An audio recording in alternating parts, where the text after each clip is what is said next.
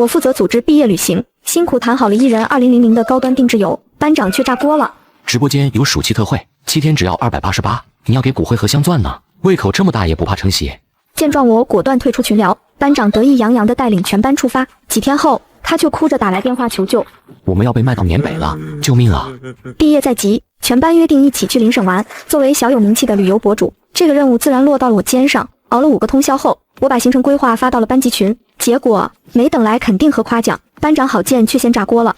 我们只是出省玩，又不是要出国，什么团费要花2000块啊？我1个月的生活费才800块，某些人还没工作，到先学会撺掇同学挥霍父母的血汗钱了。我和郝建有点私人恩怨，我说啥他都要抬杠。同学们，这次是高端定制游，飞机往返，特色民宿，每天的餐食也是我精心挑选的，正常报价要5000往上，我谈了很久才砍到2000的。班长你先别急，大伙先看看下行程安排不满意呗。是啊，真优秀是旅行达人，我相信他的眼光。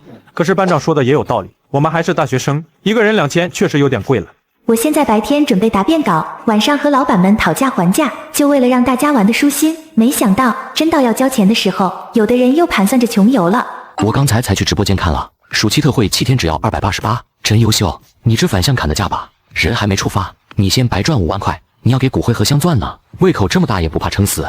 郝建生怕别人不相信，又贴出了直播间截图，一时间群里安静了。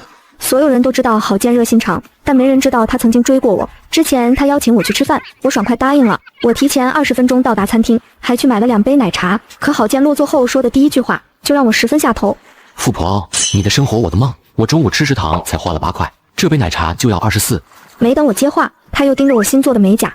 我妈说了，女孩子做美甲不好，这玩意有甲醛，做多了容易不孕不育，还怎么传宗接代？而且这么长的指甲，以后怎么干家务活？据专家说，每平方美甲的单价比房子还贵，老实女人哪会做美甲？那顿饭吃完后，我委婉地表示目前不想谈恋爱，郝建却认为我是瞧不上他，想找个有钱老男人，收88万彩礼，还认为我是捞女。从那之后，我俩的梁子算是结下了，旧冤未解，又添新仇。想到这里，按他截图上的昵称，我点进了288特惠游的直播间。此时直播间里的主播正唾沫横飞地推销着旅游套餐，可账号粉丝少得可怜，连企业认证都没有，一看就是新号。我假装要参团，对方立刻要求转到其他平台私聊。打开对面发过来的旅行合同，我更加确信了最开始的猜测，这是一个打着低价幌子的购物团。我在群里放出截图，直接郝建。合同里连酒店、餐厅和交通方式都没写明，邻省紧挨着国境线，到时候不光要被强制购物，搞不好人都回不来。团里有不少行程是我用推广才置换来的，如果觉得预算偏高，还可以改成动车或大巴，既安全又划算。这么说来，我们真是沾了真优秀的光，才能享受独家优惠。我也去找人打听打听，看看自行前往的话，团费能减免多少。所有人要参团的同学，抓紧找我转账登记。随后，我拨通了室友的电话，他们3个正在 KTV 里嗨皮，一直没人注意到手机消息。听我说完情况后，他们先是鸟语花香的问候郝建一番，又火急火燎的把钱赚了过来。就在我有条不紊的收款登记信息时，郝建又开始作妖了。这次不止他，全班都跟着闹了起来。这真优秀！你所谓的资源置换，实则收取了巨额广告费的，也好意思找我们拿钱？大家这么信任你，你倒好，两头吃两头骗，真是无耻！他紧跟着发了几张新截图，是他和288客服的聊天记录。如果团里有60万粉的旅行博主，怎么收费？全免500万粉丝升级 VIP， 行程自由定制，博主推广费20万起。此截图发出后，群里顿时炸锅了，同学们愤愤不已。真优秀，你也太过分了吧！这种昧良心的钱也挣？要不是班长多留了心眼，你是不是要把大家打包卖了？算鸟，都是同学，都不容易。要不还是真优秀领队吧，不过交的2000块钱的先退回来。难道全班这么多人都不知道低价团的套路？他们分明既想占便宜，又舍不得掏钱。我没收1毛广告费，也找不到288的高端旅行团。你们相信班长的话，那毕业旅行就由他来管，我还有其他安排，先不参与了。288块刚购买2张绿皮火车的往返票，我倒要看看郝建能带他们玩出什么花样。话一说完，我果断退群，刚收的团费我也挨个退了回去。这时室友们回来了，见我眼眶通红，3个人轮番把我搂在怀里哄。气死我了，郝建他们太不是东西了。我不退钱，毕业旅行我们几时单独去。安慰完我，他们又在群里打抱不平。郝建那头已经每每收起288了，他一边收钱一边诋毁我。真优秀不就仗着自己有几分姿色吗？谁知道那些置换是怎么谈下来的？刚才被我揭了老底，直接破防了。小仙女就这点格局。班长消消气，别跟这种小仙女一般见识。666，是小仙男破防了吧？这都开始造谣了，俺们老实女人哪懂你们那些弯弯绕？你怎么证明班长说的不是真的？那你又怎么证明他的话是真的？真是笑话，都什么年代了，我们才不会陷入自证陷阱里。你们就跟着郝建去受罪吧，我们要跟着优秀走。既然如此，等出发了，就比一比班长和真优秀谁带的团更好。郝建这一回反常态，说话格外尖酸刻薄，和之前的人设大相径庭。怎么同学们的胳膊肘还朝他那边拐？答辩的那天破案了，在见到班里同学的时候，有几个人凑上来劝说起我。真优秀，我们都已经知道事情的真相了。什么真相？你就别装了，我们都知道了。不就是你一直喜欢郝建，向他告白之后却被他拒绝了，即便如此，你也不该咄咄逼人啊。谁喜欢郝建？我向他告白被拒，这事儿通知我本人了吗？我从来没喜欢过他。哎呦，你不用不好意思，我们都懂。真是癞蛤蟆趴脚面，不咬人，膈应人。答辩结束的那天下午，班级群里被郝建刷了屏，全是他发的288特价团出行须知，从集合时间到行李要求，一条条列的煞有介事，末了还不忘艾特所有人。同学们全都兴奋起来，满怀期待，丝毫意料不到接下来会有人间地狱等着他们。在出发之前，我在食堂偶遇了郝建，一见到我，他就开始阴阳怪气的。富婆怎么会来学校食堂吃饭？难道是金主没给你打这个月的生活费？郝建，你这些造谣的话，还没你的长相有攻击力呢。我劝你好自为之，不要再来招惹我，不然我不介意把你之前为了追我而说的那些油腻的话给曝光出来。郝建愤愤不已，但一句话也说不出来了。几天后，出行的时间到了，我和3位室友一路，郝建则带领其他同学在同一天启程。旅行社安排了的瑞珠航班，空乘先端上热腾的担担面，又发了烤土豆和紫薯包，还贴心的配了杯桂花酸梅汤帮助消化。室友们边吃边拍，就等着落地以后晒到班级群里。和郝建那边形成鲜明对比。真是无语了，我们说好的飞机往返，怎么换成了旅游大巴？就是啊，现在都快热化了，这个奶奶辈的大巴车里连空调都没开。郝建坐在大巴车最前面，脸色有些不自然。听到同学们的抱怨，他立刻转过身，强装镇定的安抚大家稍安勿躁，这只是临时换乘的车辆，正规的旅游大巴在路上出了故障，旅行社正在紧急调配，等我们到了下一个服务区就换新车，空调、座椅都是顶配的，保证大家舒舒服服的。出发前说的是豪华空调大巴，现在变成这种破车，连空调都没有，这也太坑了吧！就是啊，我早上5点就起来收拾行李，满心期待坐高铁或者飞机，结果来了这么个玩意儿，现在坐了3个小时，腰都快断了。我向大家保证，这点小插曲绝对不影响整体行程。咱们住的是5星级酒店，吃的是山珍海味，还有免费的键盘套装和高薪兼职，这点苦算什么？等咱们到了目的地，所有人都得感谢我给大家找了这么好的福利。一提到5星级酒店、免费礼品和高薪兼职，同学们的抱怨瞬间少了大半。算了算了，班长都保证了，咱们就再忍忍，反正马上就到目的地了。就是别因为这点小事坏了心情，等住上5星酒店，吹着空调，吃着大餐，就什么都值了。如烟姐，这大巴怎么回事？不是说好的飞机吗？急什么？只不过是临时改革出行的交通工具而已。可是同学们现在都在抱怨。你看看后面，他们不是在自拍吗？不是在发朋友圈吗？嘴上说着遭罪，手上可没闲着。年轻人嘛，吃苦也是一种体验。等到了酒店，他们就会忘了这点小事。那酒店真的是5星级？什么意思？你这是在质疑我？不是的，如烟姐，我就是确认一下，好跟大家交代。你只要按照我说的做，好处少不了你的。如烟姐，这是定金，事成之后还有10倍。郝建不再说话，眼底的贪婪难以掩饰。4个小时后，仍然没有到达目的地。车里的温度至少35度，没有空调，只有几个手动小风扇在嗡嗡地转。同学们从最初的抱怨变成了沉默，又从沉默变成了暴躁。班长，还有多久到啊？我手机导航显示还有200多公里，这破车速度连60都上不去。快了快了，再坚持一下，后面还有大餐等着我们呢。你从2个小时前就说快了，我屁股已经没知觉了。不行了，我要下车透透气，这车里比桑拿房还热。师傅，靠边停一下呗。高速上不能停车，回去坐好。那这车到底有没有空调？有的话就打开吧，我们多掏钱也可以。没有，早就坏了，要么忍，要么下车自己走。什么叫坏了？我们可是交了钱的。就是合同上一开始写的可是空调大巴。同学们，别激动，我再去跟司机师傅商量商量。师傅，您看能不能想想办法？同学们都快中暑了。你要不满意，找旅行社去，我就是个开车的。如烟姐，您看这年轻人吃这点苦算什么？等到了酒店，他们就会忘了。话音刚落，大巴突然猛地一抖，发出一声刺耳的金属摩擦声，然后车身开始往右倾斜，司机猛打方向盘，大巴歪歪扭扭地滑行了几十米，最终停在了应急车道上。这是怎么啊？该不会是爆胎了吧？车厢里一片混乱，有人站起来往外看，有人掏出手机录像。司机下了车，绕到右侧后轮处，蹲下去看了看，然后踢了一脚轮胎，鸟语花香的掏出手机。师傅，什么情况？爆胎了，看不出来吗？那怎么办？多久能修好？备胎有一个，但千斤顶坏了，我已经叫救援了，等着吧。啊，那要等多久啊？这条路救援少，可能得2、3个小时吧。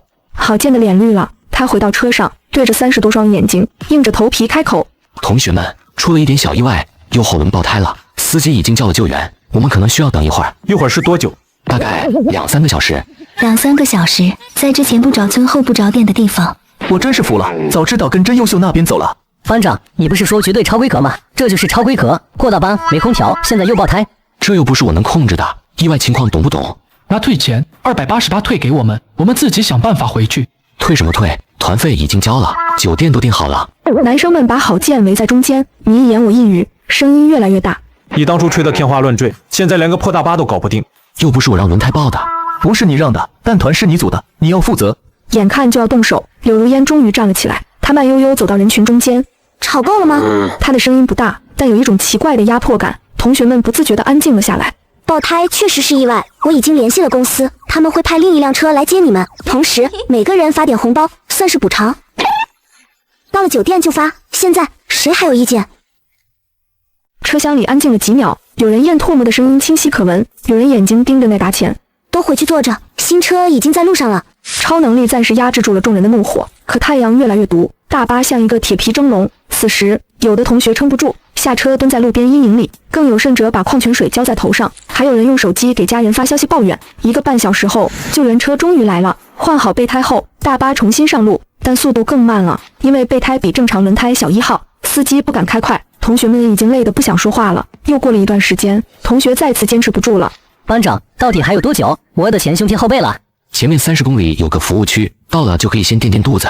你2个小时前就说有服务区，到底能不能到啊？快给我们退钱，我们不去了。都给我安静，闹够了没？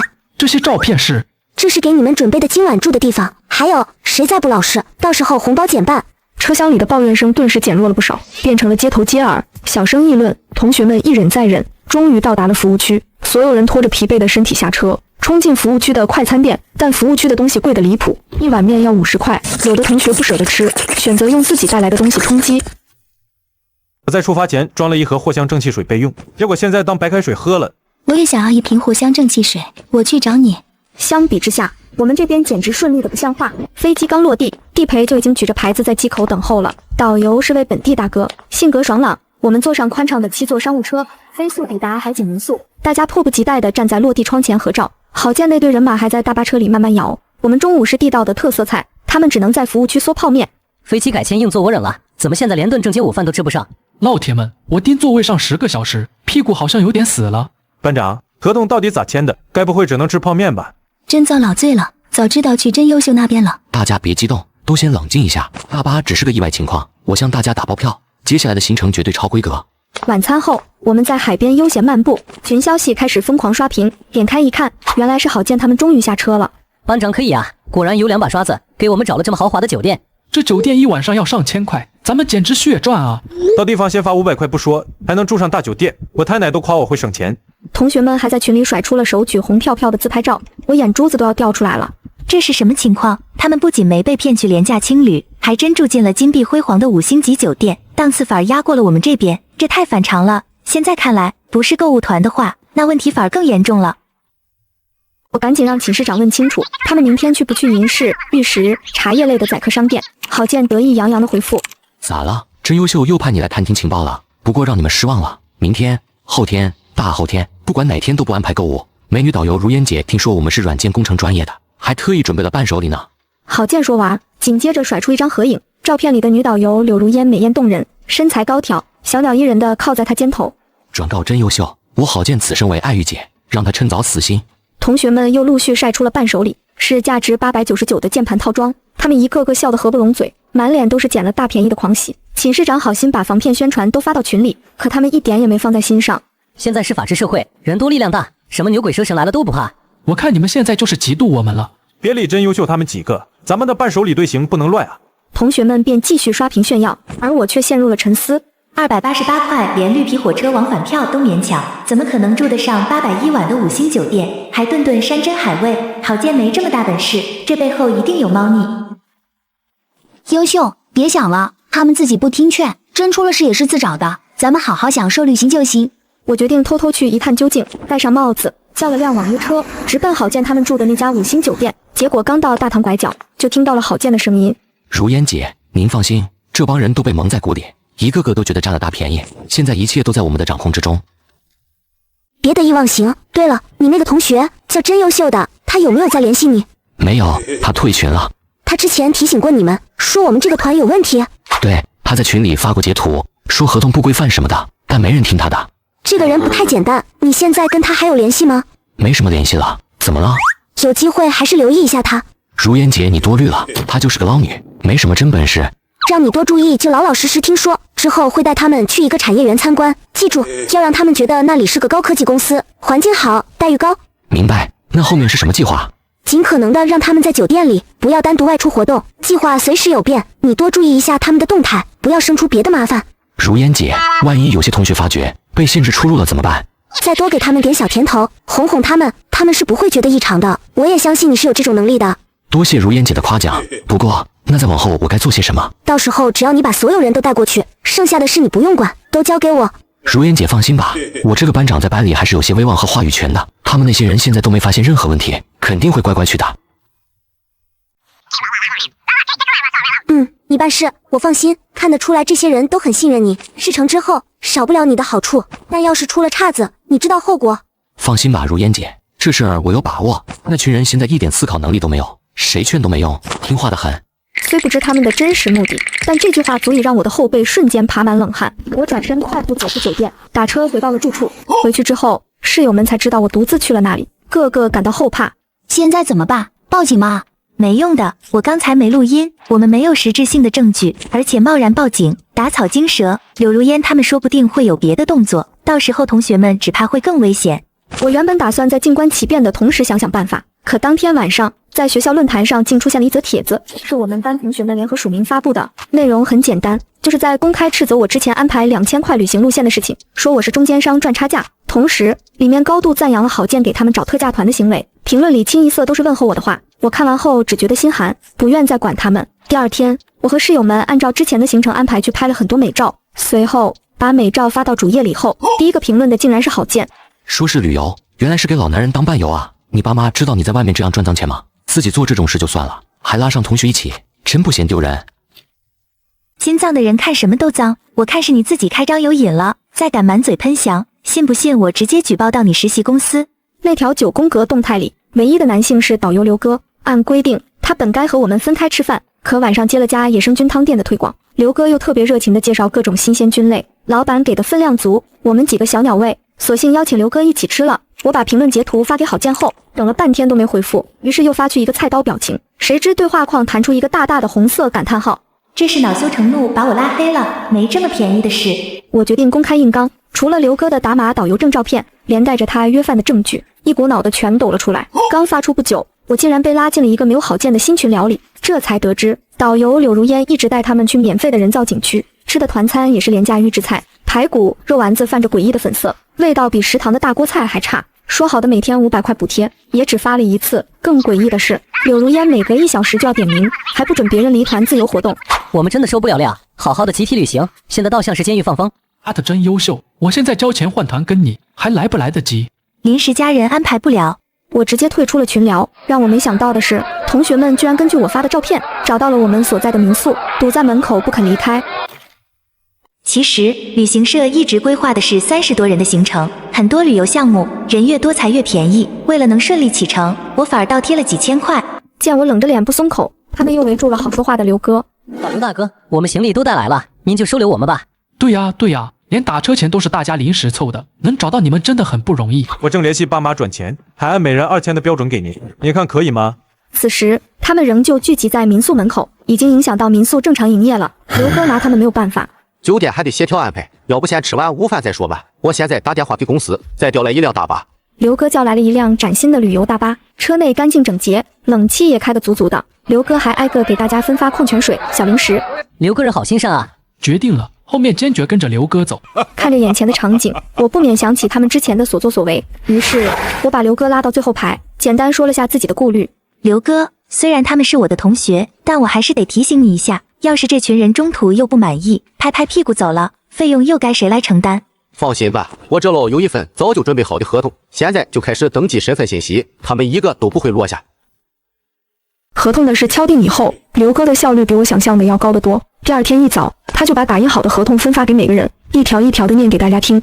住宿标准是双人标间，这是包含早餐的。餐饮方面，每人每天80元标准，超出部分自理。景点门票方面，只包含行程单行列出的景区，额外的自费项目大家自愿选择。旅行社责任险和个人意外险，这个我已经买过了。还有一点我要特别说明，这份合同是正规的旅游合同，每一页都有编号，一式2份，你们自己留一份。如果中途有什么不满意，可以按照合同条款协商解决。那如果我们要提前离团呢？提前离团的话，没产生的费用可以退，比如没住的酒店、没吃的饭、没进去的景点，但是已经产生的费用，比如大巴的座位费、已经预定的团队票，这些退不了。合同里写得很清楚，你们自己看第7页。下午2点，大巴准时出发了。刘哥站在车头，拿着话筒给大家做着古镇介绍。就在这时，我的手机突然震了一下，是一条陌生号码发来的短信。真优秀是吧？我是柳如烟，方便的话单独聊聊。我没有回复，直接拉黑了这个号码。可没过多久，又一条短信发了过来，这次用的是另一个号码。别急着拉黑嘛，我就是想跟你谈谈合作的事。什么合作？你帮我拉回那批学生，我给你提成，每个人投200，怎么样？我再次拉黑了这个号码，我靠在车窗上，迷迷糊糊的睡了过去。不知道过了多久，突然一阵嘈杂声把我吵醒了。怎么回事？为什么不让进？我们票都买了，凭什么不让进？刘哥，你过来看看，这个保安说古镇今天不开放。此时，车子停在了一个关卡前面，一个穿着保安制服的中年男人挡在路中间，表情严肃地摇着手。刘哥下了车，跟保安交涉了几句，脸色越来越难看。几分钟后，他回到车上，表情很不好。古镇今天临时关闭了，说是内部检修，不接受旅游团，但散客可以进。不过没关系，我这喽还有个备选方案，是个民俗文化村，门票比古镇便宜一半，而且可以体验做手工，品尝当地小吃。啊，非要换地方吗？可我想在这里玩啊！我都在网上找好打卡点和拍照出片攻略了。既然可以接待散客，那我们不如自由活动吧。不愿意在这里玩的，就跟着你们去那个民俗文化村。你们签的那份合同上有写，现在这种行为算是提前自行脱团，以后有什么意外，这个是不负责的。真优秀，你要不要跟着我们？我跟着合同和刘哥的安排走。那好吧，跟你们一起走。还好有合同的束缚。合同是有法律效力的，我顿时松了口气。半小时后，餐厅到了。我们原本预定的是一家网红创意菜，考虑到人数的问题，刘哥临时改道去了一家傣味烧烤店。长方桌几能坐8个人，一行人浩浩荡荡占了5桌。服务员把一盘盘傣味小吃和各式烤肉端上桌，油炝猪皮、香茅草烤鱼、烤排骨五花。看到这些菜，同学们好像饿了10天的野狼，眼睛都在冒绿光。就在刘哥招呼服务员夹菜的时候，郝建和柳如烟居然找来了。同学们，烧烤还合胃口吗？吃好了就跟我回酒店吧，下午还特意为大家准备了新项目呢。餐厅里一片寂静，没人敢接话。柳如烟脸色一沉，她刚要发火，又被郝建拦下。各位要是对行程有意见，完全可以跟我沟通吗？你们这样一声不吭就跑了，我还以为出了什么意外，急得我差点报警了。这群大学生已经跟我重新签订了合同，现在是我的客户，他们是自愿加价转团的，你要不先回去？当初要不是说团里有小网红，我根本不会接下这单。899的伴手礼拿了，500元红包也花光了，现在白嫖完就想走，门都没有。我们根本没签合同，签合东西推给你就是了。谁说没签合同？合同是我代签的，光违约金1人就得赔3万，都给我老实回去。3天以后行程一结束，你们爱去哪去哪。签合同这么大的事，你都不知道和我们商量商量吗？就是谁让你替我们代签了？当初可是你们一致决定让我来组织的，我忙前忙后，累死累活。现在福利被你们拿完了，发了不认人了，没那么便宜的事。一群人争执不下，刘哥淡定地掏出手机，不行就报警吧，让毛子叔叔来处理。我们旅社倒贴钱回馈毕业生，用不着闹上帽子局吧？对啊，大家都是同学，不如各退一步。郝建连忙去拦住刘哥，柳如烟则跑到一边打电话。5分钟后，柳如烟变脸似的堆起笑容。同学们，刚才是我态度不好，实在抱歉。我们老板知道现在的情况后，特别重视这件事，狠狠批评过我了。为表诚意，公司决定给每位同学追加3000块旅游经费。我现在先给大家转1000块，只要顺利完成行程，剩下2000块立马到账。不是姐妈，你这是什么操作？这也太人性化了，很难不心动。不如我们还是回去吧。我同意，现在就跟如烟姐回去。最终大半人决定跟郝建他们回去。他们欢欢喜喜地排成一排，挨个给柳如烟亮出收款码。还有几个人却是铁了心都要脱团，任凭郝建和柳如烟怎么劝说都不为所动。临走前，刘哥掏出登记册，各位先把中午的饭钱结一下吧。要走的那批人这才磨磨蹭蹭的开始掏钱。那辆老破大巴又开来了，众人准备登车时，柳如烟突然拦在了车门前，一双媚眼直勾勾的盯着我的方向。郝建，你之前说的那个小网红呢？倒是把他请上来啊！真优秀，你看我们团待遇多好，要不你也一起？如烟姐说了，只要你肯帮宣传，旅行社愿意倒贴20万。郝建，柳如烟到底给了你多少钱，值得你把全班同学都搭进去？这笔买卖，你真的想清楚后果了吗？你以为就你聪明，其他人都是傻子？告诉你，他们都是自愿跟我走的。还以为这群人是被一笔笔转账冲昏了头脑，原来这波他们在大气层。我不愿再搭理他，转身就走。郝建急得上来扯我的胳膊，这时刘哥恰好结完账，一把推开了他的双手，他只得不甘心地返回大巴。见我没被忽悠过去，柳如烟把他教训了一顿，直到大巴车走远了，换团的同学才长舒了一口气。吓死我了，总算逃出来了。之前一直担心自己会交代在半路上，你们是不是发现了什么？几个人面面相觑，空气凝固了几秒，随后一位瘦弱的女同学死死抓住我的手腕，连声音都在发抖。真优秀，你压根想不到郝建在打什么主意。早在出发之前，郝建就是挨个私聊了我们，说这多半是个购物团，只要脸皮够厚，屁股够稳，就能用最少的钱畅玩7天。他当时还让我们每人身上带100块就行。后来跟团后，没想到既没有强制购物，答应的红包也按时到账。那个柳如烟更是送了899伴手礼。这下搞得我们更慌了。柳如烟和司机像鬼影一样寸步不离地监视着我们每一个人。我们一些人凑在一起去找郝建商量，问他能不能直接报警走人。他却异常激动，说现在什么都没发生，报警只会搭上天价违约金。郝建还提议说，反正大家都赚到钱了，不如先按兵不动，看看柳如烟葫芦里卖的什么药。要是能抓到对方违法的铁证，说不定还能立个集体功。既然商量好了对策，为什么选在今天逃跑？柳如烟说，明天要带我们去边境看那种开放表演。虽然郝建再三保证他和帽子叔叔打过招呼了，但我们越想越害怕。到时候大巴车一开，小轮船一坐，天知道会被拐去什么地方。温室里长大的学生哪里见识过犯罪分子的手段，居然还天真的以为能从骗子手里捞钱，简直异想天开。真优秀，现在事情的来龙去脉我们都已经告诉你了，现在能不能帮我们报警啊？万一郝建把天价违约金算在我头上，我找谁说理去？我给寝室长投去一个求助的眼神，寝室长立刻会意，驾轻就熟地打起圆场。来都来了，就好好玩呗，真要出什么事，不还有郝建你着吗？几个人正犹豫不决，目的地到了，他们拍照、骑马、喝手冲咖啡，转眼就把报警的事抛之脑后，玩得精疲力尽，往柔软的大床上一躺，更是美得冒泡。半夜，我睡得正香，房门突然被拍得砰砰作响，我睡眼惺忪地打开房门，就被几个惊慌失措的同学团团围住。完蛋了，郝建他们全都失联了。我男朋友跟郝建住一个房间，当时他被郝建硬拽上了大巴，我和他约好的每天12点前一定会发安全暗号，可现在都快1点了。我飞快地给几个室友发消息，让他们赶紧过来。等室友们赶到，我示意先安抚住其他人，让那个男友失联的女同学打开班级群聊。果然1个小时前，他们还在热火朝天地分享着劲爆视频。你看，他们明明安全到达目的地了，可能是返程走了乡道，或者换了偏僻的酒店，暂时没信号。我男友的手机套餐是全球通，就算在深山老林都有信号，他们一定是出事了，必须马上报警。他刚要按下拨号键，我的手机先一步响了起来，来电显示是个陌生的号码。接通后，电话那头传来了熟悉的男声：真优秀，我是郝建，我们要被卖到境外了，救命啊！真优秀，你听到了，我现在就把位置发给你，快救救我们！班长，你该不会还想骗我去你们团吧？你死心吧，我对你和你的团都没兴趣。之前你和柳如烟在酒店说的话，我都听见了，你帮他害同学们。我也被他骗了，我一开始只是以为他想讹钱，就打算跟着从中捞点好处，谁知道他盯上的是我们这些活生生的人。你现在就别再跟我扯这些有的没的了，你要是不信，我把证据发过去。我的手机里一下收到了好几条彩信，点开图片的瞬间，所有人都倒抽一口凉气。20多个同学被囚禁在昏暗潮湿的地下室，不论男女，都被剃光头发，关在了笼子里。班长，我马上报警救你们出来。别报警，有人在附近盯梢，一听到警笛声，我们立刻就会被转移。要是我已经偷到了，你赶紧想办法弄辆大巴，悄悄过来接应就行，等车开到安全的地方，再报警也不迟。还是班长你有办法，绝境之下都能求生。听你的，我马上去找导游借车。你疯了吗？难道真要去救人？我们这些人只手空拳，怎么可能斗得过犯罪分子？哦，我是要报警。你好，我要报案，有20多个大学生被卖到园区了。我不清楚园区的情况，但我太了解郝建这个人了。如果真能偷到钥匙，他绝对会趁夜深人静自己先开溜，才不会冒险惊动看守，更不可能好心搭救所有人。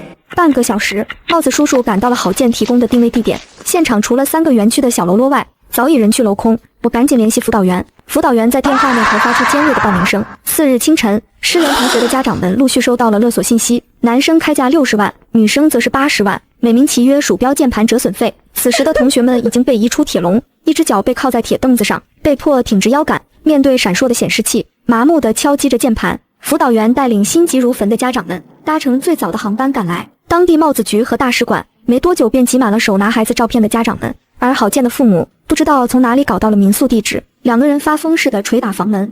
就是你骗我儿子来旅游的，别人的赎金都是60万，就我儿子要120万，这不是存心要我们全家的命吗？我儿子在你身上花了那么多钱，这赎金就该你来出。我无奈之下报了警，被帽子叔叔劝离后，郝建父母转头又去网络上讨伐我，还把给儿子的转账做成了曝光视频，往我身上泼脏水。那些所谓的恋爱支出，少则几千块，多则过万。很快，不明真相的网友在我的主页疯狂亲切问候：捞女还钱，平时没少管男人要车厘子吃吧？装什么励志大女主，就是个做生意的。旅游博主是吧？收了诈骗犯多少钱？等着吃花生米吧。那些我熬了无数个通宵，付出时间和金钱写出来的旅游攻略，现在全成了用郝建父母血汗钱挥霍享乐的铁证。最新发布的海景民宿测评，成了硝烟弥漫的主战场。这酒店住1晚，得花掉郝建父母几个月工资吧？看来是金主给的钱少，干脆把同学打包卖了。这种社会毒瘤不封杀，难道留着祸害更多人吗？我一口气发布了5条视频，把这趟旅行的前因后果讲得明明白白。每条视频结尾我都艾特了郝建父母。从头到尾，我只和郝建单独吃过1顿饭，饭钱是我 AA 的，他还倒欠我1杯奶茶钱呢。你们也不想儿子被骂捞男吧？24块麻烦转一下。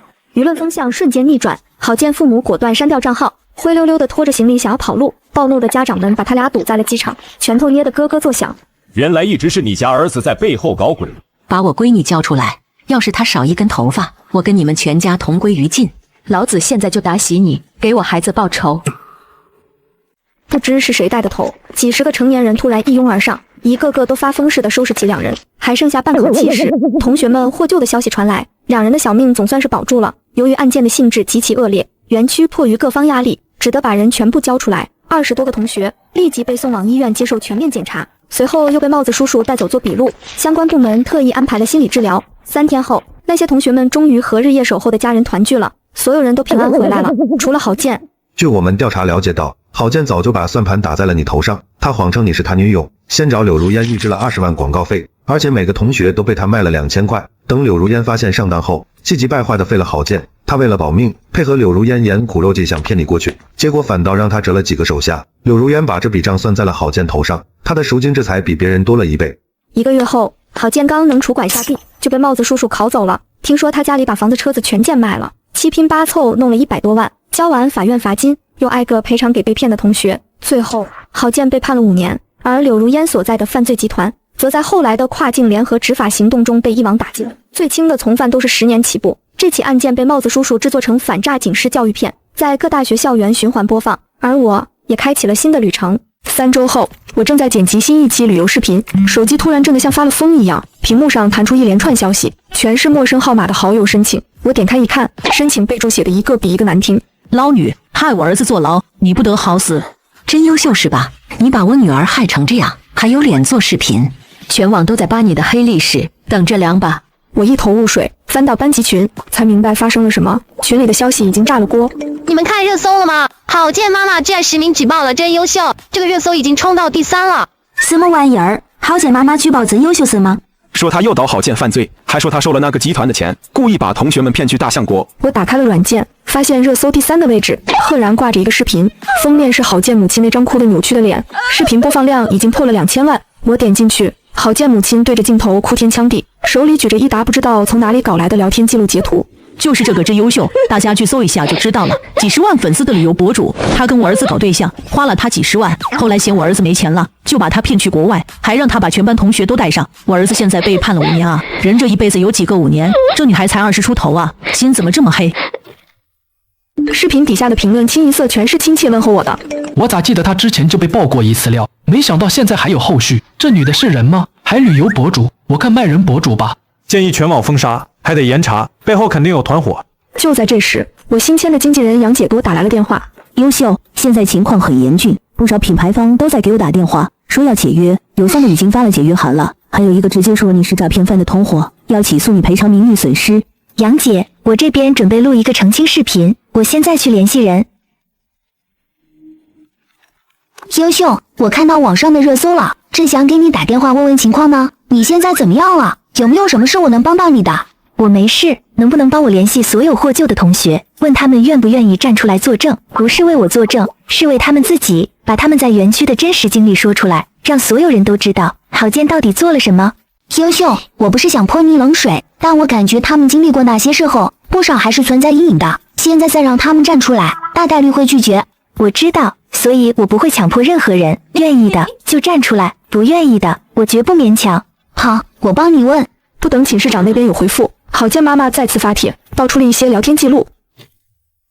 根据那些聊天记录显示，我不停向郝建索要东西，而郝建则是句句有回应。评论区再次炸了。这种伪造的聊天记录的确很有看点和话题度，我手里虽有证据能证明自己的清白，但现在发出去只会被网友说成是屁的，我需要一个更有公信力的平台来发声。第二天早上，寝室长给我回了电话。优秀，我问了一圈，愿意站出来作证的有12个人，还有几个说需要考虑，剩下的不愿意再提这件事了。寝室长，谢谢你，12个够了。之后，寝室长帮我把那些人拉到了同一个群聊里，我直接开了语音通话。各位，热搜的事情你们都知道了吧？郝建母亲在网上造谣，我需要你们的帮助。优秀，你说吧，需要我们做什么？要不是你报警，我们现在还在缅北敲键盘呢。对啊，你救了我们，我们不可能眼睁睁看着你被人泼脏水。就是郝建妈妈还有脸出来告状，明明是他儿子把我们卖了，现在都被判刑，还不老实。优秀，我们几个可以联合起来录一段视频，彻底把这件事都说清楚。挂断群聊通话后，那些同学自发的录好了一段视频，陆续发出后，舆论开始松动了。评论区里开始有人质疑郝建母亲。等等，这么多受害者都出来说话了，难道都是假的？如果一个人说谎，不可能几个人一起说谎吧？郝建母亲拿出来的那些聊天记录，该不会是 P 了吧？那个聊天记录里2万块的包，真优秀背过吗？有人扒出来他从来没晒过任何奢侈品啊，而且郝建又没有高收入，是怎么给他买的呢？那这些视频也可能是假的，说不定是真优秀花钱雇的人，现在有钱什么都能办到。我关掉评论区，继续编辑第2条长文。这一次，我直接艾特了郝建母亲。阿姨，您说您儿子在我身上花了那么多钱，请您拿出具体的转账记录、消费记录。你拿不出来就是诽谤。我已经委托律师固定了所有证据，24小时内不删除造谣视频并公开道歉，我将提起刑事自诉。这是要动真格的了，所以真优秀是不是又像上次一样被冤枉了？郝建他们家人可是有前科的，这次我还是战真优秀。郝建妈妈之前晒出的那些聊天记录，我已经艾特一个博主帮忙鉴定了。1个小时后，一个拥有500万粉丝的科技博主转发了我的帖子。我帮大家鉴定了一下郝建母亲晒出的聊天记录截图，这些截图是用一个叫聊天记录生成器的 APP 伪造的。这种 APP 在网上随便就能下载，专门用来造谣诽谤。作为科普博主，我本不该掺和这种八卦，但造谣造到这种程度，我实在看不下去了。从那之后，短短半小时，转发量就破了10万，评论区彻底一边倒了。科技博主都出来打脸了，实锤了。郝建母亲果然死性不改，泼1次脏水就算了，还搞第2次，真优秀太惨了，救了人还要被郝建妈妈第2次拉出来造谣。那些说过真优秀的人，赶紧出来道歉。没多久，郝建妈妈的账号被举报注销了。我打开和律师的聊天框，发了一条消息：刘律师，准备起诉吧。让我没想到的是，第2天早上我还在睡觉，手机就被打爆了，是杨姐打来的。优秀，我好了，郝建母亲自杀了。她昨晚用别的账号发了条帖子，然后吞了很多料，现在人在 ICU， 还没脱离生命危险。她留下了一封遗书，说你是逼死她的凶手。我赶紧打开了软件，看到原本降下去的热搜再次提了上来。热搜第1就是郝建妈妈的遗书。这一次，评论区的言论有些两极分化。天啊，一条人命啊！真优秀是不是逼得太紧了？他造谣的时候怎么不想想后果？现在怪别人。不管怎样，人要是真死了，真优秀肯定要背锅。说真的，感觉好像道德绑架，支持真优秀维权，造谣者不值得同情。真是活久见了，楼上好冷血，那可是一条人命。郝建妈妈明显自己知道无路可走了，才会使出这种极端招数。我拿起手机拨通了律师的电话。甄小姐，郝建妈妈现在这个情况，继续起诉的话，舆论会对你不利，不如先缓一缓，等她情况稳定了再说。挂断电话后，我直接打车去了医院，准备见郝建妈妈一面。到了医院，我先见到了郝建爸爸，他看到我的一瞬间，怒不可遏的要朝我冲来，但被郝家其他亲戚给拦住了。真优秀，我告诉你，我老婆要是真出现什么意外，我们郝家是不会放过你的，赶紧给我走，我现在不想看见你。我并没有直接离开，而是退到了拐角。半小时后，郝母被从手术室推了出来，转到了普通病房。你是不是疯了？我让你少加点，送医院之后能拿到检测报告的程度就行。结果你下手没轻没重，差点把我直接送走。我哪知道那个效果好不好，这不一不小心就加多了。再说了，你现在洗完胃了，这不也没事了吗？就那点药，很快就代谢出去了。回到家后，我把在医院里录到的录音直接发到了网上。郝父郝母的阴谋彻底暴露在阳光之下，变成人人喊打的过街老鼠。最后，他们灰溜溜地离开了这座城市。